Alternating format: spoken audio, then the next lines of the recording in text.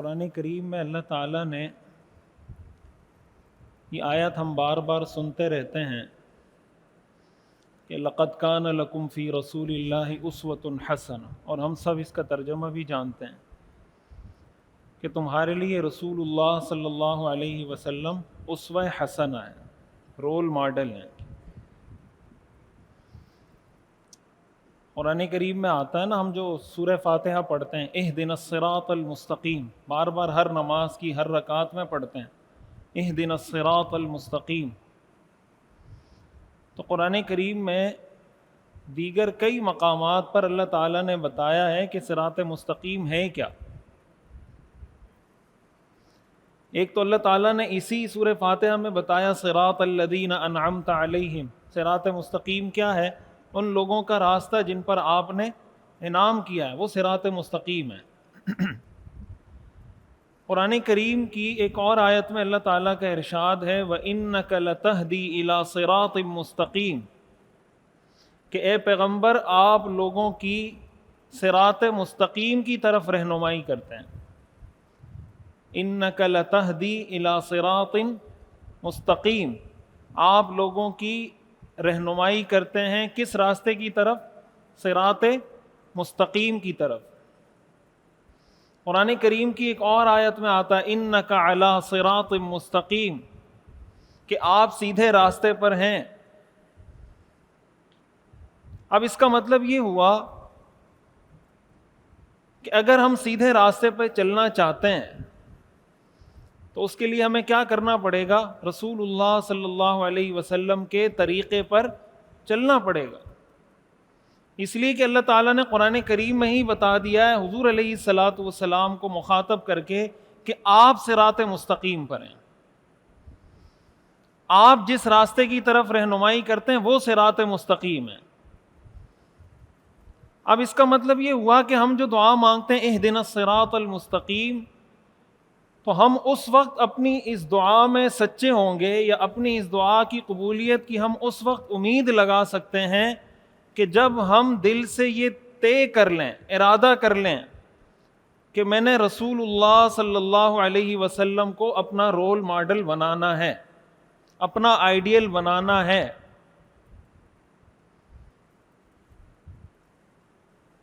دیکھیں سیرت رسول اللہ صلی اللہ علیہ وسلم کی جو سیرت ہے نا، یہ بہت تفصیلی اور وسیع مضمون ہے۔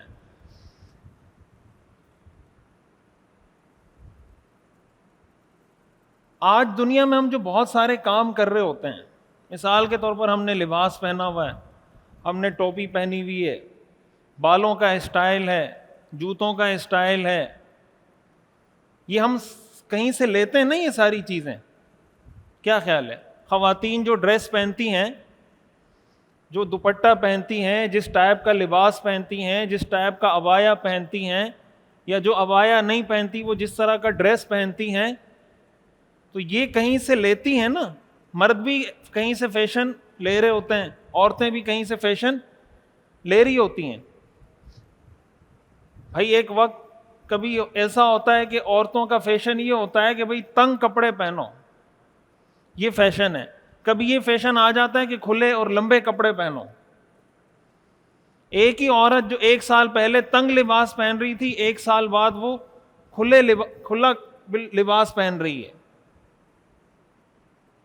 ایک سال پہلے تنگ لباس کیوں پہن رہی تھی اور ایک سال بعد کھلا لباس کیوں پہن رہی ہے؟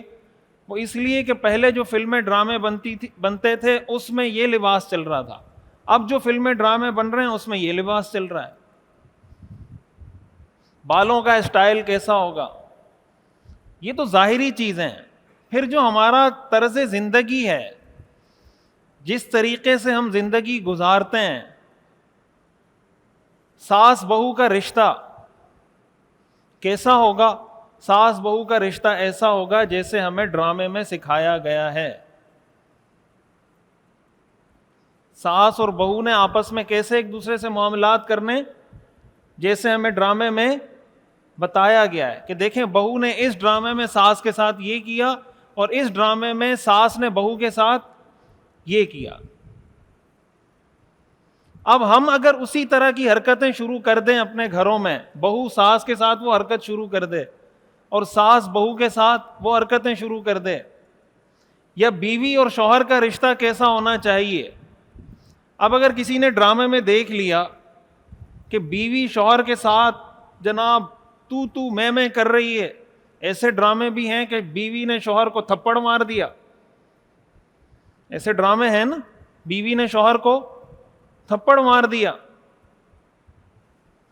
اب اس ڈرامے کو دیکھ کر ہمارے معاشرے میں بھی ایسے کیسز سامنے آ گئے. اس کا مطلب کیا ہوا کہ ہم کسی کو آئیڈیلائز کر رہے ہیں نا، وہ انٹینشنلی یا ان انٹینشنلی، جان بوجھ کر یا لاشعوری طور پر ہم کسی نہ کسی کو فالو کر رہے ہیں. بھائی آپ اپنی جس گیدرنگ میں بیٹھتے ہیں نا، مثلا آپ کی گیدرنگ میں بیٹھنے والے لوگ ایسے ہیں جو سارے جے ڈاٹ کے کپڑے پہنتے ہیں، تو آپ بھی ان کے ساتھ رہ کے تھوڑا برانڈ کانشیس ہو جائیں گے. ایسا ہے یا نہیں کہ یار اس کے جو کپڑے ہیں، اس کی جو سلائی ہے، اس کا جو سٹف ہے، اس کا جو کپڑا ہے وہ اس کوالٹی کا ہے، اور میں ان کے ساتھ اٹھتا بیٹھتا ہوں.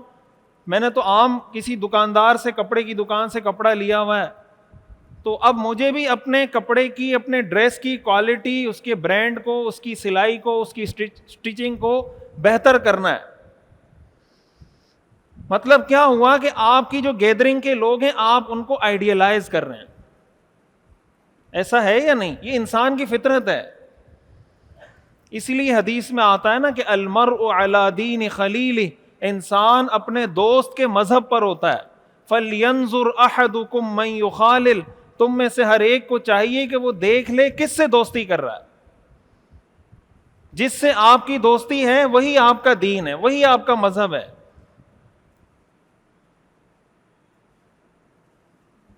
اب یہ ہماری زندگی کے ہر پہلو میں، ہمارا چاہے کاروبار ہو، ہماری جاب ہو، ہمارا لائف اسٹائل ہو، ہماری گھریلو زندگی ہو، ہماری سیاست ہو، ہماری معیشت ہو، ہر جگہ ہم یہ کام کر رہے ہیں. سیاست میں ہم دیکھتے ہیں نا کہ یار ایک سیاستدان دوسرے کو گالی دے رہا ہے تو اس کے کارکن بھی گالی دینا شروع کر دیتے ہیں. ہوتا ہے نہیں ہوتا؟ بولیں بھائی، اسی معاشرے میں رہتے ہیں نا ہم سب. ایک سیاستدان اگر گالی دے رہا ہے تو اس کے فالوور بھی دوسری پارٹی کے کارکنوں کو کیا کرتے ہیں؟ گالیاں دیتے ہیں. اس کا مطلب یہ ہوا کہ گالی دینے میں انہوں نے اس لیڈر کو آئیڈیلائز کیا ہے.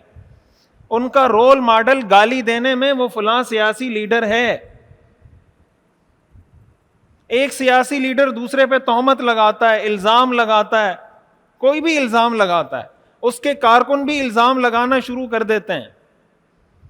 ان کا یہ مزاج بن جاتا ہے. یہ جو مزاج ان کا بنا، یہ کیوں بنا؟ اپنے سیاسی لیڈر کی وجہ سے بنا. یہ میں چند مثالیں آپ کے سامنے رکھ رہا ہوں.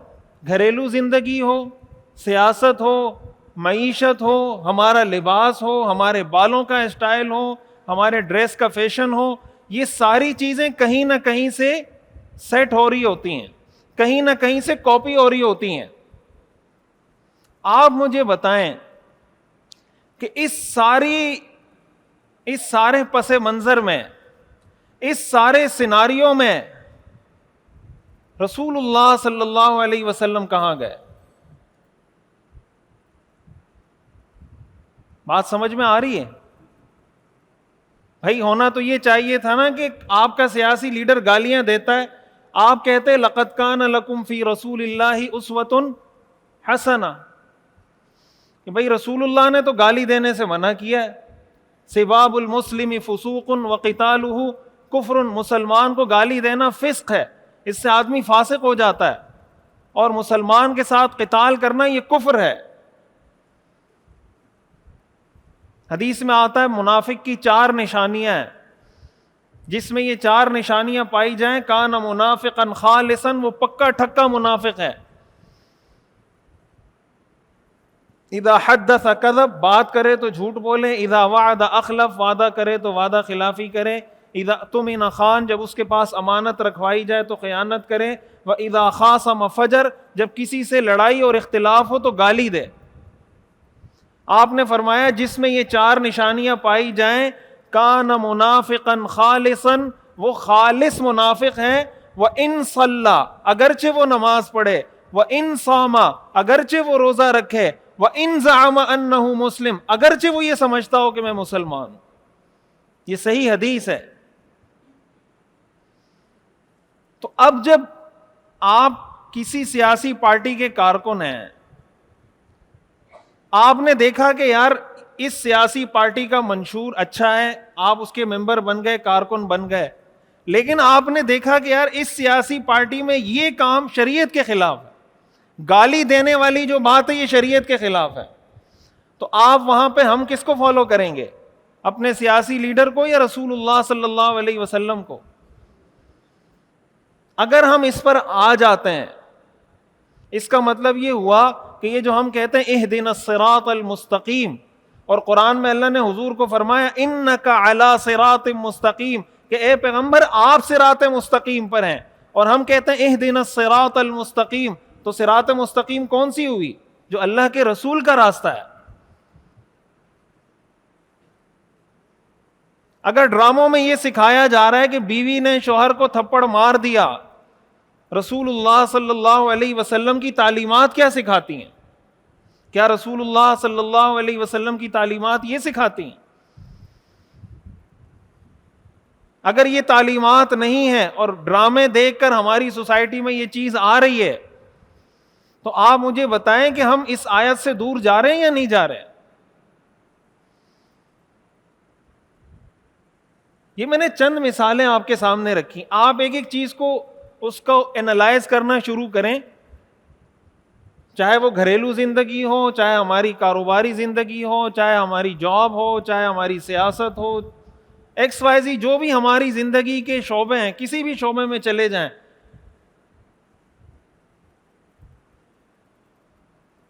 یعنی کتنی دفعہ ایسا ہوتا ہے کہ ہم جب کوئی کام کرنے لگیں اس سے پہلے ہمارے دل و دماغ میں یہ خیال آتا ہو کہ اگر اللہ کے رسول ہوتے تو یہ کام کیسے کرتے.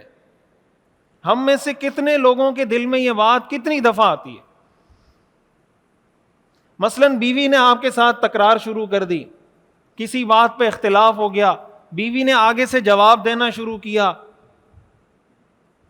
ہم میں سے کتنے لوگ ہیں جو یہ سوچتے ہیں اس وقت کہ جب حضور علیہ الصلاۃ والسلام کے سامنے ان کی ازواج جواب دیتی تھی, حضور علیہ الصلاۃ والسلام کا رد عمل کیا ہوتا تھا, اور جو حضور کا رد عمل ہوتا تھا اب میں وہ رد عمل دوں گا.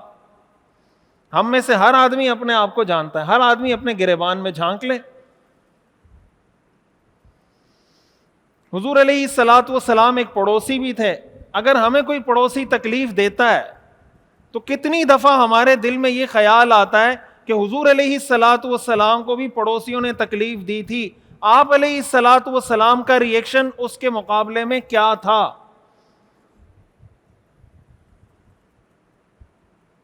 یقیناً ہم میں سے بہت سے لوگوں کے ذہن میں یہ خیال نہیں آتا. یہ خیال آتا ہے کہ میرے ابو کو جب ہمارے پڑوسی تنگ کرتے تھے تو ابو کا ری ایکشن کیا ہوتا تھا. آتا ہے نہیں آتا؟ ہمارے ابو نے فلاں پڑوسی کو بھی ٹائٹ کر کے رکھا ہوا تھا, وہ آتا تھا اس کو بھی ٹائٹ کر کے رکھا ہوا تھا, صحیح بالکل کوئی بات نہیں کر سکتا تھا ہمارے ابو سے, میں نے بھی اسی طرح دبا کے رکھنا ہے. یہ آتا ہے ذہن میں نہیں آتا؟ اور یہ آتا ہے کہ رسول اللہ صلی اللہ علیہ وسلم کیا کرتے تھے؟ نہیں آتا نا؟ بولیں نہیں آتا نا؟ تو لقد کان لکم فی رسول اللہ اسوۃ حسنہ کا کیا مطلب ہوا؟ اس کا نقصان کیا ہے؟ اس کا نقصان یہ ہے کہ دین کا تصور محدود سے محدود تر ہوتا جا رہا ہے. لوگوں کے ذہن میں دین کا کیا تصور ہے؟ نماز, روزہ, داڑھی, ٹوپی, پگڑی, زکوٰۃ, حج, قربانی, ایسا ہے یا نہیں؟ لوگ دینداری کس کو سمجھتے ہیں؟ بھائی دیندار کون سمجھا جاتا ہے معاشرے میں؟ یہی 4 5 8 10 کام کرنے والا نا. اگر کوئی آدمی ایسا ہے جو بہن کی میراث نہیں دے رہا,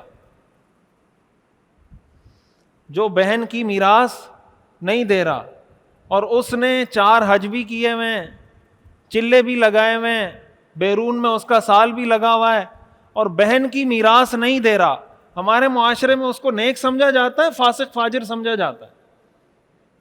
بولیں، نیک سمجھا جاتا ہے نا. الحاج لکھا جاتا ہے اس کے ساتھ. ایک تو حاجی ہوتا ہے، ایک الحاج ہوتا ہے. اور اللہ کی نظر میں وہ کیا ہے؟ اللہ کی نظر میں نیک ہے. بھائی حرام مال پہ آپ کو پتا ہے زکوٰۃ فرض نہیں ہوتی. اگر کسی کے پاس سارا مال حرام ہو اس پہ زکوٰۃ فرض نہیں ہوتی. کیوں؟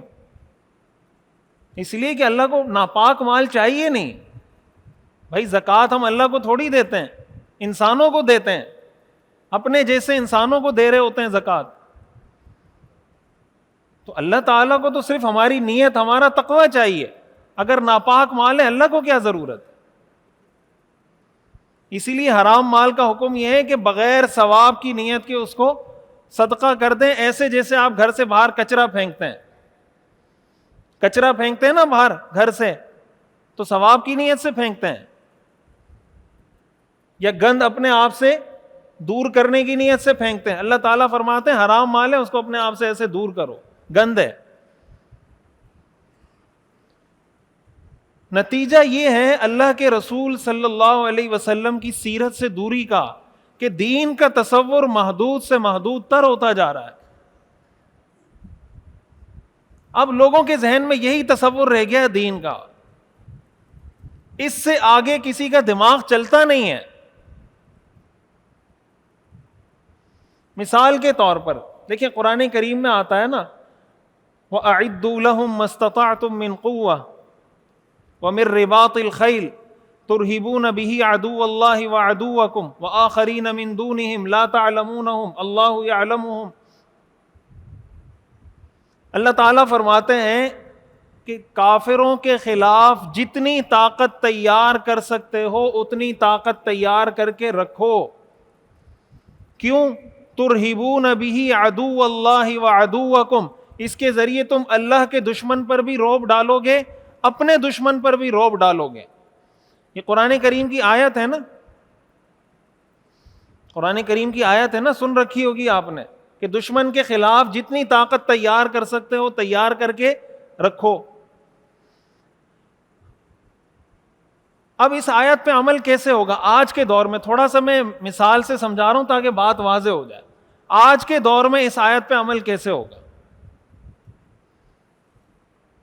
آج کے دور میں عمل اسی طرح ہوگا نا کہ بھائی آج کے دور میں جنگ لڑنے کے لیے کون کون سی ٹیکنالوجی چاہیے؟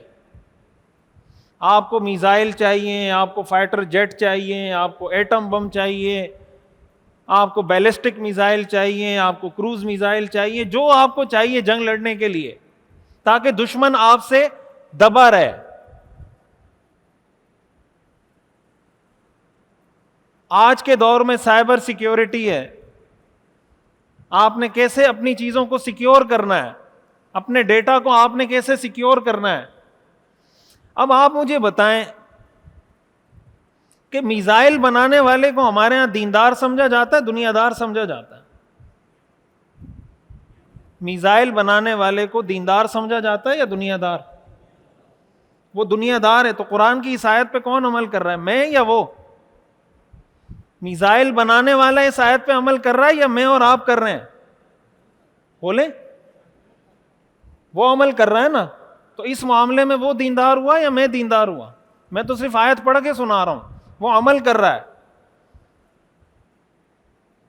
کیا خیال ہے؟ جو سائنسدان ایٹم بم بنا رہا ہے، قرآن کی اس آیت پہ کون عمل کر رہا ہے؟ وَأَعِدُّوا لَهُم مَّا اسْتَطَعْتُم مِّن قُوَّةٍ. وہ سائنسدان عمل کر رہا ہے، وہ وزیر اعظم جو بھی ہے وہ عمل کر رہا ہے یا میں اور آپ کر رہے ہیں؟ تو کیا ہم اس کے اس عمل کو دین سمجھتے ہیں، دنیا داری سمجھتے ہیں؟ تو یہ دین ہے یا دنیا ہے؟ رسول اللہ صلی اللہ علیہ وسلم نے فرمایا الا ان القوۃ الرمی، الا ان القوۃ الرمی، کہ قوت تیر اندازی میں ہے، قوت تیر پھینکنے میں ہے. اس زمانے میں تیر تھا، آج کے زمانے میں میزائل ہیں.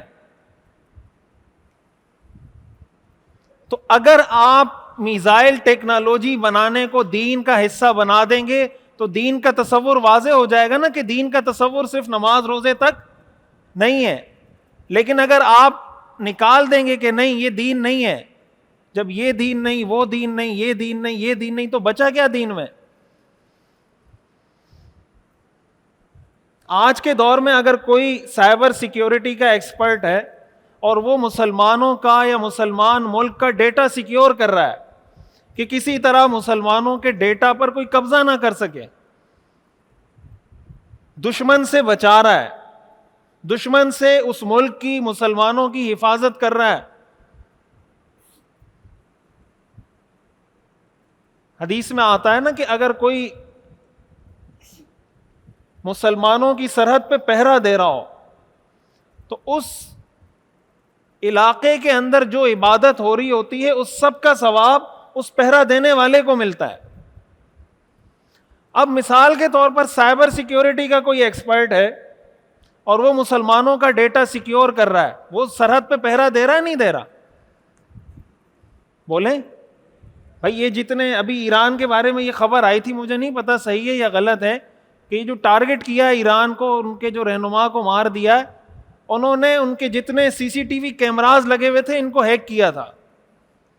مجھے نہیں پتا خبر صحیح ہے غلط ہے، ویسے ہی بتا رہا ہوں کہ جو سی سی ٹی وی کیمراز ہیں شہر میں جو لگے ہوئے تھے، سیف سٹی کیمراز، ان کو ہیک کیا ہے، اور جو شہر میں جہاں جہاں نقل و حرکت ہو رہی ہے، کون سی گاڑی آ رہی ہے، کون سی گاڑی جا رہی ہے، سارے کیمراز کا ڈیٹا ان کے پاس تھا، اور اس کو دیکھ کے انہوں نے ہٹ کیا اس کو.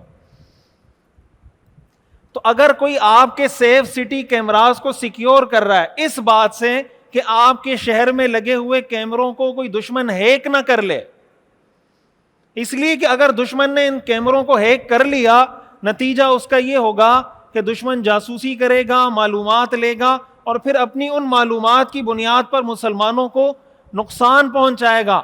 آپ مجھے بتائیں جو کیمراز کی نگرانی کرنے والا ایکسپرٹ ہے، یہ دین کا کام کر رہا ہے، دنیا کا کام کر رہا ہے؟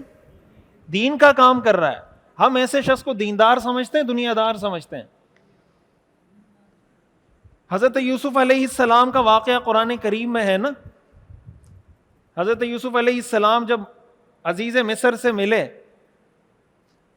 تو اور ان کے خواب کی تعبیر بتائی، قرآن کریم سورہ یوسف میں پوری تفصیل اس کی موجود ہے.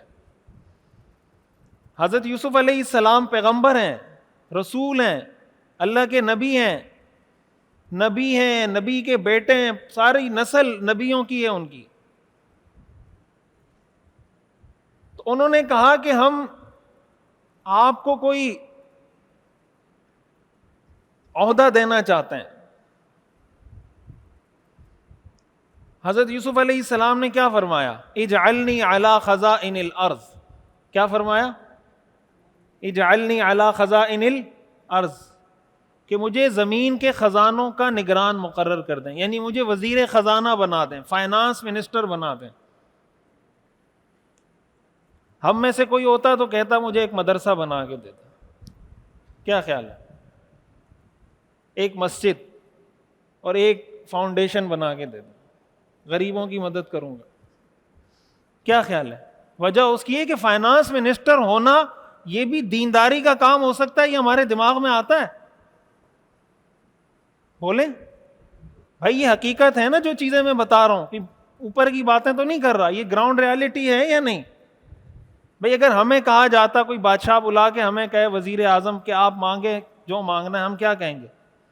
بھئی اتنے ایکڑ کی زمین دے دے، میں نے مدرسہ بنانا ہے، مسجد بنانی ہے. حضرت یوسف علیہ السلام نے کیا فرمایا؟ اجعلنی علی خزائن الارض، مجھے فائنانس منسٹر بنا دیں. اب یوسف علیہ السلام کوئی عام آدمی نہیں ہے، پیغمبر ہیں، اور پیغمبر کا کام یہ نہیں ہوتا. پیغمبر کا کام لوگوں کو اللہ کی طرف بلانا ہوتا ہے. پیغمبر کو اللہ بھیجتے دنیا میں اس لیے ہیں کہ لوگوں کو اللہ کی طرف بلاؤ، یہ ان کی ڈیوٹی ہوتی ہے اللہ کی طرف سے. لیکن حضرت یوسف علیہ السلام کو پتا تھا کہ اپنی یہ ڈیوٹی اگر میں بہتر طریقے سے انجام دینا چاہوں، اس کے لیے جو بیسٹ آپشن میرے پاس ہو سکتا ہے وہ یہ منسٹری ہو سکتی ہے. کیوں؟ حضرت یوسف علیہ السلام کو پتا تھا کہ آئندہ قحط آنا ہے، اور جب قحط آئے گا لوگ مشکلات میں پڑیں گے، اور اگر میں اس کے لیے اچھی پلاننگ کر لوں گا اور ان لوگوں کو ان مشکل حالات میں سہارا دے دوں گا، یہ سب مجھ سے جڑ جائیں گے، اور جب مجھ سے جڑیں گے اللہ سے جڑ جائیں گے. حضرت یوسف علیہ السلام نے پلاننگ کی، خواب بتایا نا کہ تزرعون 7 سنین دأبا فما حصدتم فذروه فی سنبلہ، 7 سال کے لیے پوری پلاننگ بنا کے دی، پورا چارٹ بنا کے دیا بادشاہ کو. اور حضرت یوسف علیہ السلام کی وہ پلاننگ کامیاب ہوئی یا نہیں ہوئی؟ جو فیوچر پلاننگ تھی حضرت یوسف علیہ السلام کی، وہ کامیاب ہوئی یا نہیں ہوئی؟ ان کے بھائی کیسے ملے حضرت یوسف علیہ السلام سے؟ وہ کیوں آئے تھے؟ حضرت یوسف علیہ السلام کے بھائی حضرت یوسف کے پاس کیوں آئے تھے؟ گندم لینے آئے تھے نا. گندم لینے کیوں آئے تھے؟ جب ساری دنیا میں قحط تھا، مصر میں قحط نہیں تھا. یہ پلاننگ کس کی تھی؟ حضرت یوسف علیہ السلام کی. ہمارے یہاں اگر کوئی فیوچر پلاننگ کی بات کرے، کہتے ہیں یہ بھی انگریزوں سے متاثر ہو گیا. یہ بھی کیا ہو گیا ہے؟ انگریزوں سے متاثر ہو گیا. بھائی انگریزوں سے نہیں، حضرت یوسف علیہ السلام سے متاثر ہو جائیں. کس سے متاثر ہو جائیں؟ حضرت یوسف علیہ السلام کا واقعہ اللہ نے قرآن میں ذکر اس لیے کیا ہے کہ بھائی ان سے متاثر ہو جائیں، کر لیں کہ کوئی فیوچر پلاننگ کریں.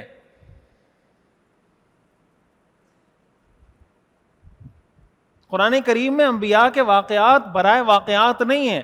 واقعات کا مقصد ہمارے لیے میسج اور پیغام ہے. حضرت یوسف علیہ السلام نے وہ پلاننگ کی، وہ پلاننگ کامیاب ہوئی، ان کے بھائی بھی ملے. پورا واقعہ آپ سب نے بارہا سن رکھا ہے حضرت یوسف علیہ السلام کا. میرا مقصد وہ واقعہ بیان کرنا نہیں ہے، لیکن یہ بتانا ہے کہ آپ مجھے بتائیں کہ حضرت یوسف علیہ السلام دیندار تھے یا دنیا دار تھے؟ بولیں. ہماری جو ڈیفینیشن ہے دین کی، ہمارے معاشرے کی جو ڈیفینیشن ہے دین کی، کیا اس کے مطابق وہ دیندار بنیں گے؟ بولیں. ہمارے معاشرے کی جو دینداری کی ڈیفینیشن ہے، کیا اس ڈیفینیشن پر حضرت یوسف علیہ السلام پورے اتریں گے؟ تو ہماری ڈیفینیشن ٹھیک ہوئی غلط ہوئی؟ غلط ہوئی نا. ڈیفینیشن وہ ٹھیک ہے جو قرآن نے کی ہے.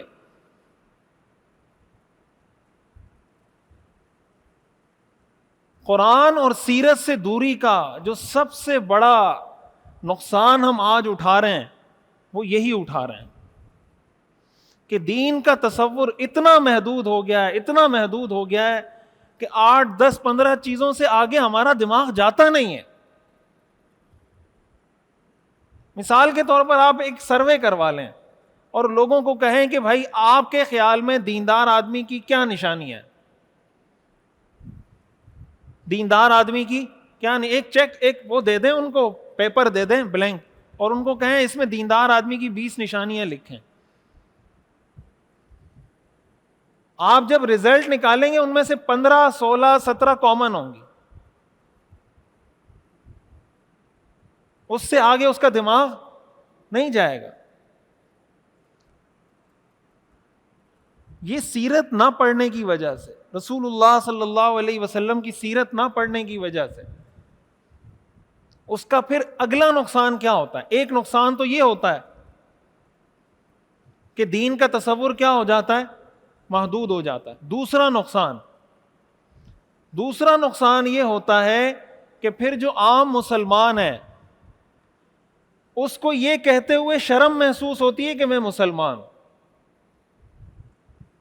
آج ہمارے بہت سے لوگوں کا یہ مسئلہ ہے یا نہیں؟ بھائی بہت سے لوگ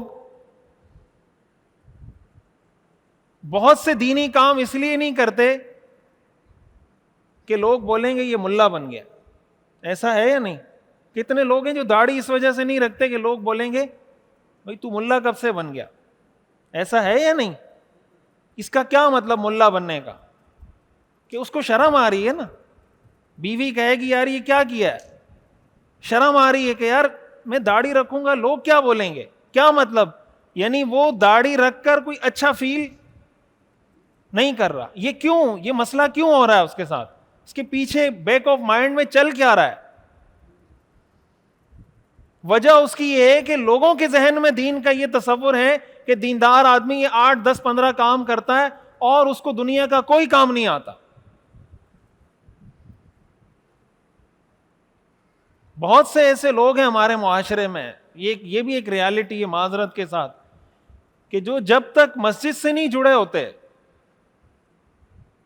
جب تک ان کی داڑھی ٹوپی نہیں ہوتی، اپنے دنیا کے کاموں میں بڑے ایکٹیو ہوتے ہیں، اور جیسے ہی دین سے جڑتے ہیں، یعنی نماز پڑھنے لگ گئے، داڑھی رکھ لی، تو اب اپنے دنیا کے کاموں میں ایسے سست پڑتے ہیں، لوگ پھر تانا دیتے ہیں کہ یار جب تک یہ مسجد نہیں جاتا تھا اچھا خاصا سمجھدار بندہ تھا، جب سے مسجد جانا شروع ہوا ہے اب نہ اس کو بیوی کا پتہ، نہ بچوں کا پتہ، نہ بچوں کی ایجوکیشن کا پتہ، کچھ پتہ نہیں ہے اس کو۔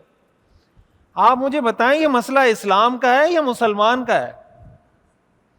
یہ کس میں مسئلہ ہے؟ اسلام میں مسئلہ ہے، مسلمان میں مسئلہ ہے؟ آج جو مغرب کی طرف سے تانا دیا جاتا ہے اسلام کو، وہ بیسیکلی اسلام کو تانا نہیں دیا جاتا، وہ مسلمانوں کو تانا دیا جاتا ہے۔ اور اسلام ہمیں یہ سکھاتا ہے کہ تمہیں اپنے دین پر فخر کرنا ہے۔ قرآن کریم میں آتا ہے وَمَنْ أَحْسَنُ قَوْلًا مِّمَّنْ دَعَا إِلَى اللَّهِ وَعَمِلَ صَالِحًا وَقَالَ إِنَّنِي مِنَ الْمُسْلِمِينَ۔ اللہ تعالیٰ فرماتے ہیں اس سے بہتر بات کس کی ہو سکتی ہے؟ کس کی؟ ممن دعا الی اللہ، جو اللہ کی طرف لوگوں کو بلائے، وعمل صالحا، اور نیک اعمال کرے، وقال، اور کہے، اننی من المسلمین، میں مسلمانوں میں سے ہوں۔ قرآن ہمیں بتا رہا ہے کہ اس سے بہتر بات دنیا میں کوئی اور نہیں ہو سکتی۔ کس سے بہتر بات کہ وہ یہ کہے میں مسلمان ہوں۔ قرآن کی آیت یہی بتا رہی ہے نا کہ اس سے بہتر اور کوئی بات نہیں ہو سکتی کہ انسان یہ کہے میں مسلمان ہوں۔ آج ہم یہ کہتے ہوئے شرم محسوس کرتے ہیں کہ میں مسلمان ہوں۔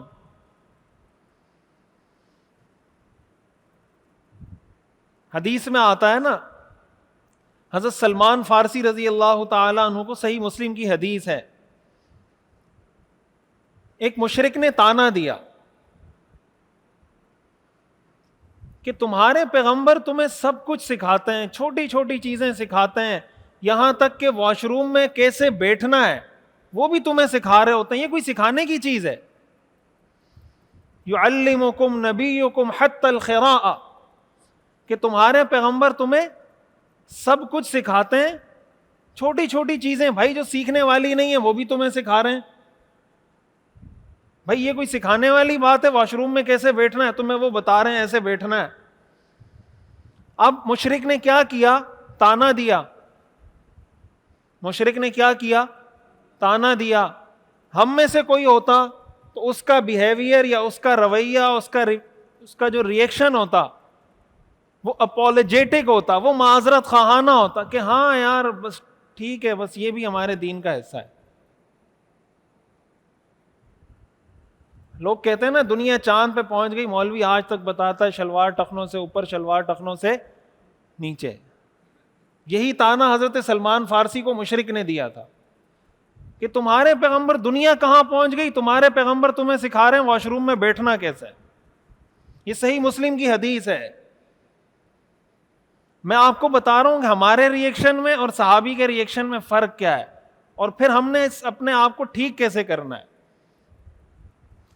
حضرت سلمان فارسی رضی اللہ تعالیٰ عنہ نے اس پہ کسی شرمندگی کا اظہار نہیں کیا کہ ہاں یار واقعی میں یہ تو بڑا مسئلہ ہے، دنیا کہاں پہنچ گئی اور ہم ابھی تک یہ سیکھ رہے ہیں۔ حضرت سلمان فارسی رضی اللہ تعالیٰ عنہ نے فرمایا اجل، عربی میں دو لفظ استعمال ہوتے ہیں جی کہنے کے لیے، ایک استعمال ہوتا ہے نعم، ایک استعمال ہوتا ہے اجل۔ نعم کا مطلب بھی ہوتا ہے جی ہاں، اور اجل کا مطلب بھی ہوتا ہے جی ہاں۔ لیکن جب آپ نے کسی بات پہ فخر کرنا ہو نا، وہاں نعم نہیں کہا جاتا، وہاں اجل کہا جاتا ہے۔ یہ فرق ہے نعم میں اور اجل میں۔ حضرت سلمان فارسی نے فرمایا اجل، بالکل ہمیں سکھاتے ہیں، یہ ہمارے لیے فخر کی بات ہے۔ صرف یہاں پہ بس نہیں کیا، آگے فرمایا ہمارے پیغمبر ہمیں یہ بھی سکھاتے ہیں کہ جب استنجا کرنا ہو تو نہ قبلے کی طرف رخ ہونا چاہیے، نہ قبلے کی طرف پیٹھ ہونی چاہیے۔ ہمارے پیغمبر ہمیں یہ بھی سکھاتے ہیں کہ ہڈی سے استنجا مت کرنا۔ ہمارے پیغمبر ہمیں یہ بھی سکھاتے ہیں کہ گوبر سے استنجا مت کرنا۔ یہ ساری چیزیں ہمارے پیغمبر ہمیں سکھاتے ہیں، اور یہ بھی سکھاتے ہیں کہ اگر پتھر سے استنجا کرنا ہو تو کم از کم 3 پتھر استعمال کرنا۔ یہ پوری تقریر حضرت سلمان فارسی نے کی کس کے جواب میں؟ تانا دینے والے کے جواب میں. ایک حضرت اسامہ بن زید رضی اللہ تعالی عنہ، آپ جانتے ہیں حضرت زید بن ثابت رضی اللہ تعالی عنہ یہ حضور کے منہ بولے بیٹے تھے اور غلام تھے، حضرت خدیجہ کے غلام تھے. انہوں نے حضور کو گفٹ کر دیا تھا، حضور نے ان کو آزاد کر دیا تھا. تو غلام تھے جن کو حضور نے آزاد کر دیا اور اپنا بیٹا بنا لیا. حضرت اسامہ ان کے بیٹے ہیں. حضرت اسامہ بن زید رضی اللہ تعالیٰ عنہ کے بارے میں کہا جاتا ہے ان کو حب رسول اللہ کہا جاتا ہے، رسول اللہ کے محبوب. حضور کو حضرت اسامہ سے ایسی محبت تھی جیسے انسان کو اپنے پوتوں سے ہوتی ہے، بہت زیادہ محبت تھی آپ کو حضرت اسامہ بن زید سے. تو یہ حضرت زید بن ثابت رضی اللہ تعالیٰ عنہ غلام تھے. تو حضرت اسامہ بن زید کس کے بیٹے ہوئے؟ آزاد کردہ غلام کے بیٹے ہوئے. عربوں میں ایسے لوگوں کی کوئی حیثیت نہیں ہوتی تھی، غلام کی یا جس کے بارے میں پتا ہوتا تھا کہ یار اس کا والد غلام تھا، عربوں میں ایسے آدمی کی کوئی حیثیت نہیں ہوتی تھی. وہ یہ تانا دیتے تھے کہ یار یہ غلام کا بیٹا ہے. روایات میں آتا ہے کہ حضرت حکیم ابن حزام، یہ حضرت خدیجہ رضی اللہ تعالیٰ عنہ کے چچا زاد بھائی ہیں، حضرت حکیم ابن حزام. ان کے بارے میں آتا ہے کہ انہوں نے 60 سال جاہلیت کی زندگی گزاری اور 60 سال اسلام کی زندگی گزاری. 120 سال ان کی عمر تھی. 60 سال کی عمر میں اسلام لائے اور 120 سال تک زندگی گزاری. یہ جب مسلمان نہیں ہوئے تھے ان کو تب بھی حضور علیہ الصلوۃ والسلام سے بہت محبت تھی. تو روایات میں آتا ہے ایک دفعہ انہوں نے حضور علیہ الصلوۃ والسلام مدینہ کے بازار میں یمن کے بادشاہ کا جو ڈریس تھا، یمن کے بادشاہ کا جو لباس تھا وہ بکنے کے لیے آیا. حضرت حکیم ابن حزام نے وہ لباس خریدا 300 دینار کا. کتنے کا؟ 300 دینار. جو 7.5 تولہ سونا ہے نا، یہ 20 دینار ہوتے ہیں. 7.5 تولہ کتنے ہوتے ہیں؟ 20 دینار. وہ لباس کتنے کا خریدا؟ 300 دینار کا. اور لا کے پیش کر دیا حضور کو کہ یا رسول اللہ یہ میری طرف سے آپ کو ہدیہ ہے. مشرک تھے. حضور علیہ الصلوۃ والسلام نے فرمایا لا اقبل من مشرک، میں مشرک سے ہدیہ قبول نہیں کرتا. اگر بیچنا ہے میں خرید لوں گا، ہدیہ میں قبول نہیں کروں گا.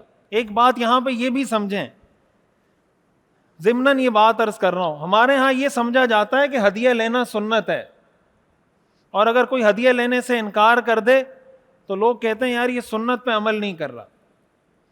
ہر وقت ہر ایک سے ہدیہ لینا سنت نہیں ہے. حضور علیہ الصلوۃ والسلام ایسا نہیں تھا کہ جو بھی ہدیہ دے رہا ہے آپ قبول کر رہے ہیں. یہ آپ کا مزاج نہیں تھا. آپ نے مشرکین کا ہدیہ بھی واپس کیا ہے، مسلمانوں کا ہدیہ بھی واپس کیا ہے. آپ جانتے ہیں ہجرت کے سفر میں جب حضور علیہ الصلوۃ والسلام کو حضرت ابو بکر نے اپنی سواری ہدیہ کرنا چاہی، حضور نے قبول کی؟ بولیں.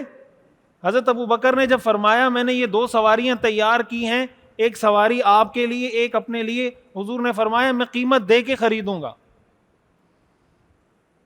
اور اسی سفر میں سراقہ بن مالک جب حضور علیہ الصلوۃ والسلام کا پیچھا کرتے ہوئے آیا، اس نے بھی پیشکش کی کہ یا رسول اللہ آپ مجھ سے کچھ ہدیہ لے لیں، میری سواری لے لیں. آپ نے قبول نہیں کیا. یہ ایک اور مثال حضرت حکیم ابن حزام والی میں آپ کو دے رہا ہوں. اس لیے یہ بات ذہن میں رکھنی چاہیے کہ کب آپ نے ہدیہ قبول کرنا ہے کب نہیں کرنا. یہ مستقل چیپٹر ہے اسلام کا. ایسا نہیں ہے کہ کوئی بھی ہدیہ دے کوئی ناجائز مقصد پورا کرنے کے لیے اور آپ اس سے وہ ہدیہ لیتے رہیں کہ رسول اللہ صلی اللہ علیہ وسلم کی سنت ہے ہدیہ لینا. بھائی آپ کو اگر کوئی ہدیہ دے رہا ہے آپ کے عہدے منصب کی وجہ سے اور کل اس نے آپ سے کوئی ناجائز کام نکلوانا ہے، یہ ہدیہ قبول کرنا جائز ہے؟ بولیں. تو اگر آپ اس کو اتنا مطلق رکھیں گے کہ ہدیہ قبول کرنا سنت ہے، پھر تو یہ بھی سنت ہے.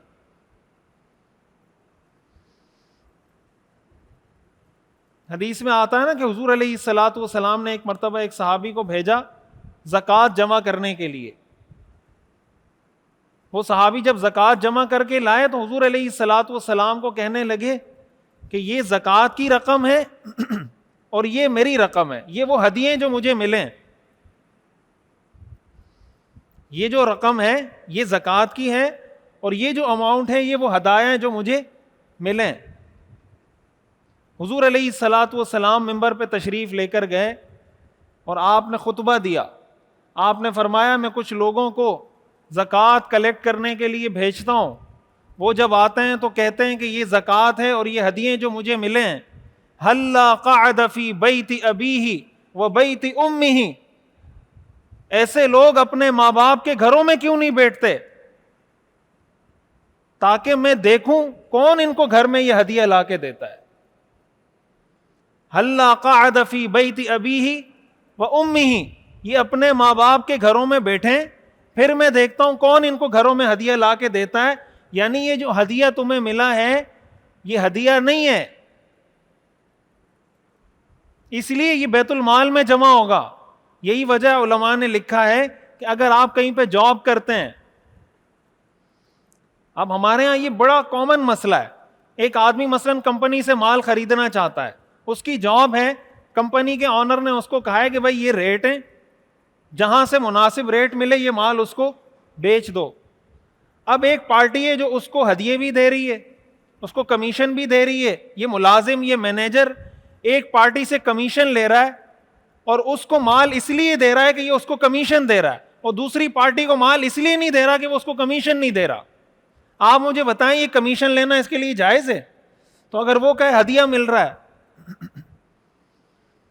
بھائی ہدیہ مل رہا ہے, ہدیہ قبول کرنا سنت ہے, یہ والا ہدیہ قبول کرنا کہاں سے سنت ہو گیا؟ تو پھر تو رشوت بھی وہ چائے پانی کہتے ہیں اس کو, رشوت تو کوئی نہیں کہتا. کیا خیال ہے, پولیس والے کیا کہتے ہیں رشوت کو؟ چائے پانی بولتے ہیں ہدیہ یا رشوت بولتے ہیں؟ تو پھر تو وہ بھی حلال ہو گیا, حرام کیا رہے گا دنیا میں؟ تو یہ اتنا عام مسئلہ نہیں ہے کہ جو بھی ہدیہ دے, جہاں بھی دے, جس کو بھی دے, کوئی بھی شخص دے, کسی بھی مقصد کے لیے دے, آپ ہدیہ قبول کرتے رہیں کہ جی سنت ہے. سنت نہیں ہے اس طرح ہر وقت ہدیہ قبول کرنا. بہرحال یہ میرا موضوع نہیں ہے, لیکن یہ بھی سیرت سے متعلق ہے. اب یہ چیپٹر جب ہمارے سامنے ہوگا تو پتہ چلے گا کہ یار یہاں سنت ہے, یہاں منع ہے, یا ناجائز ہے, یا حرام ہے. حضرت حکیم ابن حزام نے ہدیہ پیش کیا, کتنا مہنگا جوڑا؟ 300 دینار. آپ خود حساب کیلکولیٹ کر لینا کہ 20 دینار بنتے ہیں 7.5 تولہ. 300 دینار کتنے بنیں گے؟ حضور علیہ الصلوۃ والسلام نے قبول نہیں کیا. حضور علیہ الصلوۃ والسلام نے وہ جوڑا خریدا, اور خریدنے کے بعد وہ ہدیہ کر دیا حضرت اسامہ بن زید کو. کس کو ہدیہ کر دیا؟ حضرت اسامہ بن زید کو. یہاں پھر ہدیہ صرف قبول کرنا سنت نہیں ہے, ہدیہ دینا بھی سنت ہے, اور اتنا مہنگا ہدیہ دینا بھی سنت ہے جس کی قیمت کتنی بنتی ہو؟ 300 دینار. حضور علیہ الصلوۃ والسلام نے جب ہدیہ دیا, حضرت اسامہ بن زید نے وہ لباس پہنا, یہ یمن کے بادشاہ کا لباس تھا. حضرت حکیم ابن حزام نے ان کو دیکھا کہ اسامہ بن زید ایک غلام کا بیٹا, اس نے یمن کے بادشاہ کا جوڑا پہنا ہوا ہے. تو انہوں نے حکیم ابن حزام نے کہا کہ ایک غلام کا بیٹا اور سیف ذی یزن جو یمن کا بادشاہ ہے اس کا جوڑا تمہارے جسم پر. اب یہ کیا ہے؟ یہ تانا دیا جا رہا ہے کس کو؟ حضرت اسامہ بن زید کو تانا دیا جا رہا ہے نا. میں بتا رہا ہوں کہ اسلام ہمیں فخر سکھاتا ہے کہ مسلمان ہونے پہ ہمیں فخر کرنا چاہیے. تو اگر ہم میں سے کوئی ہوتا تو وہ شاید یہی کہتا کہ ہاں یار بس ایسا ہی ہے, بس اللہ نے دے دیا ہے تو بس کیا کرے. یہ صحیح حدیث ہے جو میں آپ کو سنا رہا ہوں, کوئی ضعیف روایت نہیں ہے. مستدرک حاکم میں موجود ہے, معجم طبرانی میں موجود ہے, کئی کتابوں میں موجود ہے. حضرت اسامہ بن زید رضی اللہ تعالیٰ عنہ کا جواب ملاحظہ کریں. حضرت اسامہ بن زید کہنے لگے واللہ انا خیر من ذی یزن, اللہ کی قسم میں یمن کے بادشاہ سے بہتر ہوں. وَلَأَبِي خَيْرٌ مِّنْ أَبِيهِ، میرا باپ یمن کے بادشاہ کے باپ سے بہتر ہے. وَلَأُمِّي خَيْرٌ مِّنْ أُمِّهِ، میری ماں اس کی ماں سے بہتر ہے. میں یمن کے بادشاہ سے بہتر ہوں، میرا باپ اس کے باپ سے بہتر ہے، میری ماں اس کی ماں سے بہتر ہے. تم مجھے تانا دے رہے ہو، کیوں؟ اس لیے کہ میں مسلمان ہوں. تم کیا سمجھتے ہو یہ جوڑے ہم نہیں پہن سکتے؟ یہ صرف کافر پہن سکتے ہیں. میں، میرا والد، میری ماں ان سب سے بہتر ہے. قرآن کریم میں آتا ہے وَلِلَّهِ الْعِزَّةُ وَلِرَسُولِهِ وَلِلْمُؤْمِنِينَ، عزت اللہ کے لیے ہے، اللہ کے رسول کے لیے ہے، مومنین کے لیے ہے. دین کا تصور جب محدود ہوتا ہے اس کا دوسرا نقصان یہ ہوتا ہے کہ پھر انسان اپنے آپ کو مسلمان کہتے ہوئے شرماتا ہے. لیکن دین کا جو حقیقی تصور ہے اگر وہ ہمارے سامنے ہو پھر وہ مسلمان کہتے ہوئے شرماتا نہیں ہے، وہ آگے چڑھ کے جواب دیتا ہے. آج مغرب کا جو طریقہ واردات ہے، کام کرنے کا جو طریقہ ہے، وہ کیا ہے؟ آج سے نہیں، ہمیشہ سے یہ طریقہ ہے. شیطان کا بیسک کام ہی یہی ہے کہ خیر کو شر بنا کے پیش کریں اور شر کو خیر بنا کے پیش کریں. جو اچھا کام ہے اس کے بارے میں یہ ثابت کریں کہ یہ غلط ہے، اور جو غلط کام ہے اس کے بارے میں یہ ثابت کریں کہ یہ اچھا کام ہے. قرآن کریم میں آتا ہے نا افمن زین لہ سوء عملہ فرآہ حسنا. آج امام صاحب نے تراویح میں پڑھی نا یہ آیات، افمن زین لہ سوء عملہ فرآہ حسنا. کیا وہ شخص جس کے لیے اس کا برا عمل مزین کر دیا جائے اور وہ اس برے عمل کو اچھا سمجھنا شروع کر دے. شیطان کا کام کیا ہے؟ شیطان کا کام یہ ہے برائی کو اچھائی کے لیبل میں پیش کرنا. یہ شیطان کا بیسک کام ہے. مثال کے طور پر ایک کام ہے پردہ کرنا اور ایک ہے پردہ نہ کرنا. اسلام کے پیراڈائم سے خیر کیا ہے؟ پردہ کرنا یا پردہ نہ کرنا؟ بولیں. پردہ کرنا خیر ہے اور بے پردگی کیا ہے؟ شر ہے. مغرب کیا کر رہا ہے آج؟ اس کا الٹ کر رہا ہے؟ نہیں کر رہا. وہ یہ ثابت کرنے کی کوشش کر رہا ہے کہ پردہ کرنا بری چیز ہے، یہ پرانا دقیانوس ہونے کی علامت ہے، اور پردہ نہ کرنا یہ ایڈوانس ہونے کی علامت ہے، یہ آزادی کی علامت ہے. ایسا ہے یا نہیں؟ مطلب یہ ہوا کہ پردہ ہو گئی بری چیز اور بے پردگی ہو گئی اچھی چیز. پھر اس کے لیے مغرب دلائل گڑتا ہے کہ تم نے عورت کو گھر میں قید کر رکھا ہے، تم عورت کو گھر سے نکلنے نہیں دیتے. مرد باہر جاب کر سکتا ہے تو عورت جاب کیوں نہیں کر سکتی؟ مرد کاروبار کر سکتا ہے تو عورت کاروبار کیوں نہیں کر سکتی؟ تم عورتوں کو کہتے ہو پردہ کرو، مردوں کو کیوں نہیں کہتے کہ پردہ کریں؟ یہ ساری باتیں کی جاتی ہیں نہیں کی جاتی؟ اور ہمارے مسلمان اس سے متاثر ہوتے ہیں یا نہیں ہوتے؟ کتنی دفعہ آپ ٹی وی چینلز میں، ویڈیوز میں یہ چیزیں ہم دیکھتے ہیں کہ اگر کسی خاتون کو یہ کہا جائے کہ آپ نے پردہ کیوں نہیں کیا تو وہ آگے سے یہ جواب دیتی ہیں کہ بھائی آپ کو میرے پردے سے کیا مسئلہ ہے. یعنی یہ ایسی چیز نہیں ہے جس کو ڈسکس کیا جائے کہ پردہ ہونا چاہیے یا نہیں ہونا چاہیے، میرا پرسنل میٹر ہے. آپ کون ہوتے ہیں پردے کو ڈسکس کرنے والے؟ تو قرآن نے ڈسکس کیا ہے یا نہیں کیا؟ قرآن کریم میں آتا اذا سألتموہن متاعا فاسألوہن من وراء حجاب. صحابہ کو کہا جا رہا ہے کہ حضور علیہ الصلاۃ والسلام کی ازواج مطہرات سے اگر کوئی سوال کرنا ہو حجاب کی آڑ لے کر سوال کرنا. یہ کس کو کہا جا رہا ہے؟ صحابہ کو کہا جا رہا ہے. کن کے بارے میں؟ ان کے بارے میں جو امت کی مائیں ہیں. ان سے پاکیزہ مخلوق دنیا میں کوئی آ سکتی ہے؟ امہات المومنین سے پاکیزہ عورتیں اور صحابہ سے پاکیزہ مرد دنیا میں پیدا ہو سکتے ہیں؟ قرآن ان کو کہہ رہا ہے اذا سألتموہن متاعا فاسألوہن من وراء حجاب، کہ جب کوئی سوال کرنا ہو حجاب کی آڑ لے کر سوال کرو.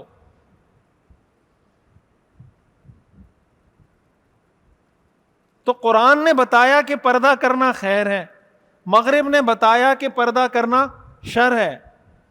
اب مسلمان کو کیا چاہیے کہ وہ پردہ کرنے پہ فخر کرے یا بے پردگی پہ فخر کرے؟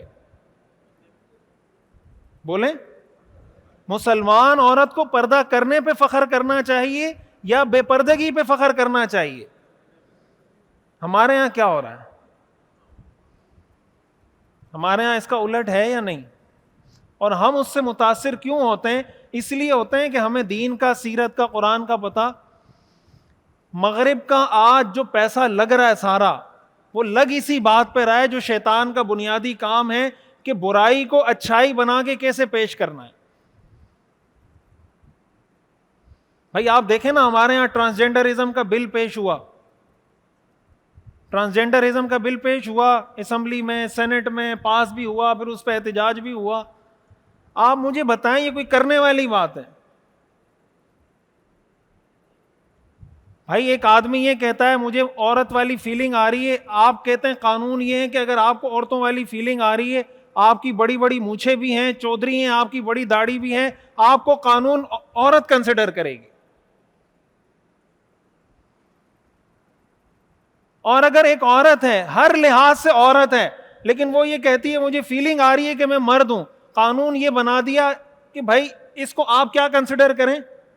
عورت کنسیڈر کریں. کل جب واش روم جانا ہوگا تو یہ مردوں والے واش روم میں جائے گی، یہ عورت عورتوں والے واش روم میں، اور یہ جو چودھری صاحب ہیں یہ عورتوں والے واش روم میں جائیں گے، مردوں والے واش روم میں. تو چاہیے تو یہ تھا کہ مغرب کو اس پہ شرم آتی. مغرب کو اس پہ کیا آتی؟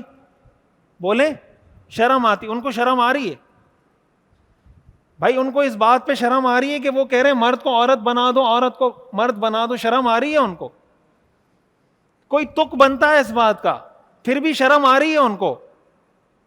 بولیں، ہمیں پردہ کرنے میں کیوں شرم آتی ہے؟ وہ انسانوں کو کتا بلا بنا رہے ہیں. آپ نے دیکھی ہوں گی ویڈیو، ٹرانسجینڈرزم سے بات بہت آگے بڑھ گئی ہے. اب وہ کہتے ہیں کہ اگر کوئی انسان یہ چاہتا ہے کہ میں کتا بن جاؤں تو آپ اس کو منع نہیں کر سکتے، وہ اپنی ساری شیپ، حرکتیں ساری کتوں والی کرے گا اور آپ اس کو کتا کنسیڈر کریں. اور یہ بات کرتے ہوئے ان کو شرم نہیں آ رہی. بات کیا، آپ جا کے ویڈیو سرچ کر لیں یوٹیوب پہ، کوئی کتا بن رہا ہے، کوئی بلی بن رہا ہے، کوئی کیا بن رہا ہے، کوئی کیا بن رہا ہے، وہ ویڈیوز بنا کے فخریہ طور پہ ویڈیوز بنا کے شیئر کر رہے ہیں. تو حیرت کی بات ہے کہ انگریز کتا بنے اس کو شرم نہیں آتی، ہم اگر انسان بنے ہمیں شرم آتی ہے. تو شرم کس کو آنی چاہیے تھی؟ بھائی جو کتا بن رہا ہے اس کو شرم آنی چاہیے تھی، یا جو انسان بن رہا ہے اس کو شرم آنی چاہیے تھی. خیر کو شر اور شر کو خیر بنایا یا نہیں بنایا؟ برائی کو اچھائی اور اچھائی کو برائی بنایا یا نہیں بنایا؟ مغرب کا جو سارا پیسہ انویسٹ ہو رہا ہے وہ اس بات پہ ہو رہا ہے کہ آپ یہ پیراڈائم شفٹ کر دیں، یعنی خیر کو شر، یعنی مغرب یہ چاہتا ہے کہ آپ کسی بھی معاملے کو دیکھنا چاہتے ہیں ہماری اینک لگا کے دیکھیں. آپ کو اپنی اینک لگا کے دیکھنے کی کسی بھی چیز کو اجازت نہیں ہے. اگر میں یہ کہہ رہا ہوں کہ بھائی یہ سارا گرین ہے اور میں نے گرین گلاسز پہنے ہوئے ہیں، آپ سب دیکھ رہے ہیں کہ بھائی یہ گرین نہیں ہے، یہ وائٹ روشنی ہے، میں آپ کو کہتا ہوں نہیں، آپ کو یہ کہنے کی اجازت نہیں ہے، آپ یہ گلاسز پہنے بتائیں، بولیں کہ یہ گرین ہے، اور مجھے یہ کہتے ہوئے شرم نہیں آ رہی کہ یہ گرین ہے، اور آپ کو یہ کہتے ہوئے شرم آ رہی ہے کہ نہیں یہ وائٹ ہے. مغرب یہ کہتا ہے آپ ہمارے گلاسز پہنے. بھائی غزہ پہ حملہ کیوں کیا؟ فلسطین پہ حملہ کیوں کیا؟ مسلمان ملکوں کو تباہ و برباد کیوں کیا؟ وہ جسٹیفیکیشن دیتا ہے نہیں دیتا؟ یہ دہشت گرد ہے، یہ دہشت گرد ہے، فلاں دہشت گرد ہے، یہ دہشت گرد ہے. ہم نے کہہ دیا دہشت گرد تو آپ بھی کہیں کہ دہشت گرد ہے. یہ ملک دہشت گرد ہم نے ڈکلیئر کر دیا تو تم بھی کہو دہشت گرد ہے. اس شخصیت کو ہم نے دہشت گرد ڈکلیئر کر دیا تو تم بھی کہو کہ یہ دہشت گرد ہے. دنیا میں کسی کو اس بات کی اجازت ہے کہ وہ کہے نہیں امریکہ تو اس کو دہشت گرد کہتا ہے؟ میں نہیں کہوں گا. کسی ملک کو اس بات کی اجازت ہے؟ تو آزادی صرف عورت کی سلب ہوئی، ملکوں کی آزادی سلب نہیں ہوئی. بولیں، یہ جو ملکوں کی آزادی مغرب ختم کر رہا ہے، کیا مغرب کو یہ آزادی سلب کرتے ہوئے شرم آتی ہے؟ یہ جو ساری انسانیت کی آزادی مغرب سلب کر رہا ہے، کام کرنے کی نہیں، سوچنے کی، کہ سوچنا بھی نہیں. بھائی پردہ اگر آزادی کو سلب کرتا ہے، اس کا مطلب یہ ہوا آسان الفاظ میں کہ مغرب یہ چاہتا ہے کہ عورت کو آزاد کر دو، عورت جو کرنا چاہے اس کو اس کی آزادی ہونی چاہیے. یہی فارمولہ ہے. اسی فارمولے کو آپ اپلائی کریں. مثال کے طور پر ایک عورت ہے، وہ ایئر ہوسٹس بنتی ہے، اور ایئر ہوسٹس بن کے وہ یہ کہتی ہے کہ میں لوگوں کو سرو کروں گی لیکن مکمل حجاب میں. عورت کیا کہتی ہے کہ میں لوگوں کو سرو کروں گی لیکن ایک شرط ہے کہ میں مکمل حجاب پہن کے لوگوں کو سرو کروں گی. کیا اس کی اجازت دی جائے گی؟ بولیں، دی جائے گی؟ تو کیا اس سے عورت کی آزادی سلب نہیں ہو رہی؟ بھائی جو عورت چاہتی ہے میں پردہ کروں، آپ کہتے ہیں آپ نہیں کر سکتے. تو اگر کوئی عورت پردہ کر رہی ہے اس سے تو آزادی سلب ہو رہی ہے، کوئی نہیں کر رہی تو اس سے آزادی سلب نہیں ہو رہی. بھائی ایک ایئر ہوسٹس ہے، وہ یہ کہتی ہے کہ میں پردہ کر کے ایئر ہوسٹس بنوں گی. دنیا کا کوئی قانون اس کو اس بات کی اجازت نہیں دیتا، حالانکہ اس کی آزادی کا تقاضا یہ ہے کہ وہ چاہے پردہ کرے چاہے پردہ نہ کرے.